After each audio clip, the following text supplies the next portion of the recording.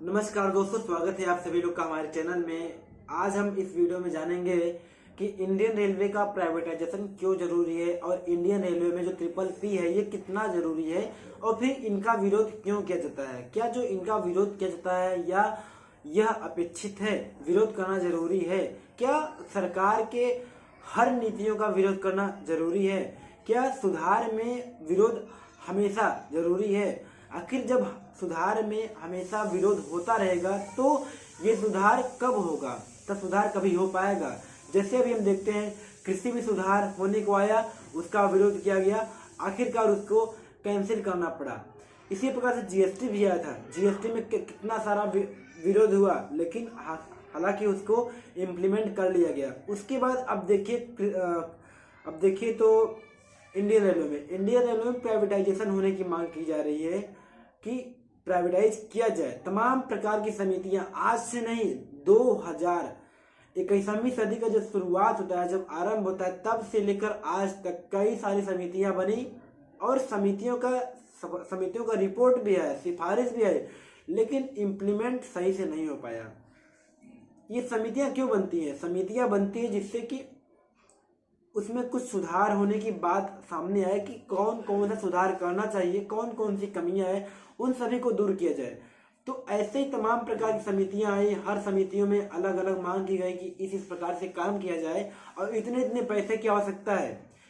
इसी प्रकार से माना जाता है कि इंडियन रेलवे को बिल्कुल आधुनिक बनाने के लिए वर्ष 2030 तक 50 लाख करोड़ रुपए की आवश्यकता है। और 50 लाख करोड़ रुपए इंडियन रेलवे को कहां से दिया जाएगा, जब भारत सरकार का एक साल का एनुअल बजट ही लगभग 34 से 35 लाख करोड़ रुपए है, तो 50 लाख करोड़ रुपए 10 साल में कहां से ला देंगे? इसका मतलब कि इंडियन रेलवे को हर साल जब 5 लाख करोड़ रुपए देंगे, तब जाकर 2030 तक इंडियन रेलवे को 50 लाख करोड़ रुपए मिलेगा। लेकिन हमारे देश में टैक्स कलेक्शन ही इतने अच्छे से नहीं हो पाता है। तमाम प्रकार की सब्सिडियां दी जाती हैं, चाहे वो कृषि में सब्सिडी हो, चाहे वो खाद्य सब्सिडी हो, चाहे उर्वरक सब्सिडी हो, गैस सब्सिडी हो, शिक्षा सब्सिडी हो, मेडिकल सब्सिडी हो। तो जब अलग अलग सब्सिडियां दी जाती रहेंगी और सब्सिडियां में जो पैसा जाएगा, तो जब वो सब्सिडी का जब पैसा बचेगा, तब वो पैसा किसी सेक्टर को सुधारने के लिए, किसी सेक्टर में इंफ्रास्ट्रक्चरल डेवलपमेंट के लिए वो पैसा लगाया जाएगा। लेकिन सब्सिडी ही इतनी दी जाती है तो कहाँ से लगाया जाएगा? तो इसीलिए ट्रिपल पी और निजीकरण बहुत जरूरी है। ऐसा नहीं है कि पूरे इंडियन रेलवे का निजीकरण कर दिया जा रहा है, जो कि इसका विरोध कर रहे हैं कर्मचारी यूनियन और इंडियन रेलवे कर्मचारी और फिर विपक्षी पार्टियां इसका पुरजोर विरोध कर रही है, जो कि सही नहीं है।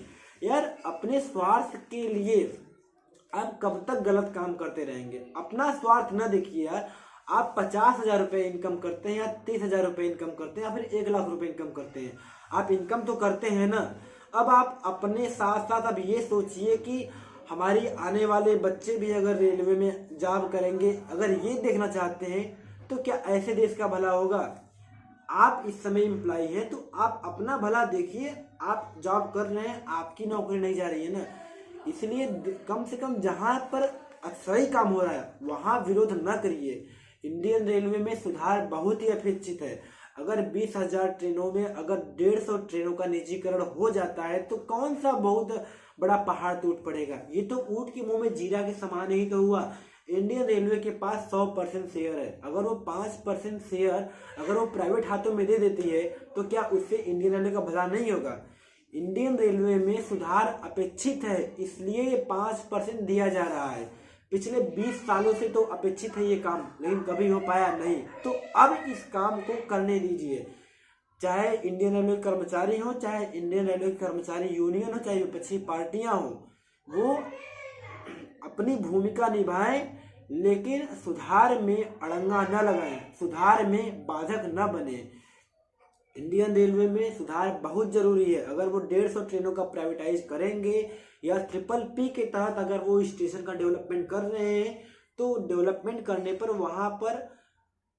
वहां पर रोजगार क्रिएशन होगा और जब सुविधाएं बढ़ेंगी तो वहां पर अपर क्लास के लोग हों या फिर विदेशी पर्यटक हो, जब वो यहाँ पर आएंगे तो उससे उनके उपभोग में वृद्धि होगी। जब उपभोग में वृद्धि होगी तब जाकर टैक्स कलेक्शन होगा, रेवेन्यू कलेक्शन होगा, जीडीपी में ग्रोथ होगा, तब जाकर होगा। जब हमारे यहाँ अच्छी सुविधाएं नहीं रहेंगी तो अपर क्लास के लोग किस प्रकार से उपभोग करेंगे, या विदेशी पर्यटक आएंगे तो वो किस प्रकार से उपभोग करेंगे। जब सुविधाओं को बढ़ाया जाएगा तब जाकर उपभोग में बढ़ोतरी होती है। जब उपभोग में बढ़ोतरी होती है तब जीडीपी भी बढ़ता है। अब अगर यहाँ तर्क ये दिया जाए कि अगर 151 ट्रेनों को निजीकरण किया जाएगा तो गरीब क्या करेंगे, क्योंकि गरीब के पास इतना इनकम तो है नहीं, तो भैया कौन से गरीब उस हाई फाई ट्रेनों में सफर करते हैं, आप बता दीजिए। अभी भी गरीब क्लास, जो लोअर क्लास के लोग हैं या मिडिल क्लास के लोग हैं, उतने हाई फाई ट्रेन में सफर नहीं करते हैं। हम यहाँ पर ये नहीं कहना चाहते हैं कि लोअर क्लास के लोग या मिडिल क्लास के लोग उस ट्रेन में सफर करें या न करें। यहाँ पर ये कहने वाली बात है कि अगर अच्छे अच्छे रूटों पर, जो बहुत बिजी रूट है, जहां पर इनकम अधिक होगा, अगर वहां पर ट्रेनें चलाई जाएंगी तो वहां पर ट्रेन चलाने की वजह से वहां पर इनकम अधिक होगा। जब इनकम अधिक होगा तो टैक्स कलेक्शन और रेवेन्यू कलेक्शन होगा। और ऐसे भी मालूम ही है कि लगभग 5 करोड़ वेटिंग टिकट हर साल कैंसिल करना पड़ता है। हर साल 5 करोड़ वेटिंग टिकट कैंसिल करना पड़ता है। तो कम से कम वो 5 करोड़ यात्री, तो उन 5 करोड़ यात्रियों की वजह से ट्रेनें आ जाएंगी। तो इससे जो होता है रेवेन्यू बढ़ेगा, टैक्स कलेक्शन बढ़ेगा, और ये टैक्स कलेक्शन का पैसा और रेवेन्यू कलेक्शन का पैसा फिर इंडियन रेलवे के विकास के लिए या फिर भारत सरकार के ही अलग अलग सेक्टर में पैसा लगाया जाएगा। तो सुधार में जो वहां पर अपेक्षित है वहां पर सुधार करने दीजिए, और विपक्षी पार्टियों के बहकावे में ना आइए या केवल अपना स्वार्थ न देखिए। कोई भी नीति आती है तो उसका अध्ययन करिए, और उसका अध्ययन करने के बाद भी केवल अपना पक्ष मत रखिए। न्यूट्रल होकर उस नीति को समझिए, न्यूट्रल होकर उस नीति को समझिए, और तब मानिए कि वास्तव में नीति सही है कि नहीं सही है। जब जब अपना भला देखा जाएगा तब तब अपना देश का विकास नहीं हो पाएगा।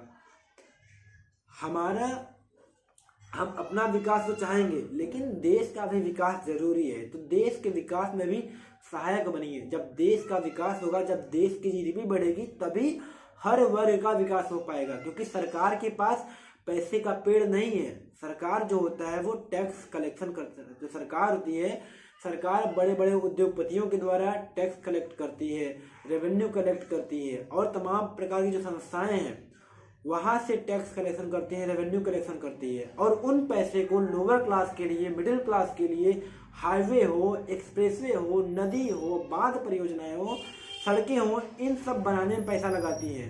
तो जब रेवेन्यू कलेक्शन, टैक्स कलेक्शन बढ़ेगा तब सरकार इंफ्रास्ट्रक्चरल डेवलपमेंट करेगी, तब लोगों को तमाम प्रकार की सब्सिडी देगी, तमाम प्रकार की योजनाएं देगी, जिससे कि लोअर क्लास और मिडिल क्लास का विकास होगा।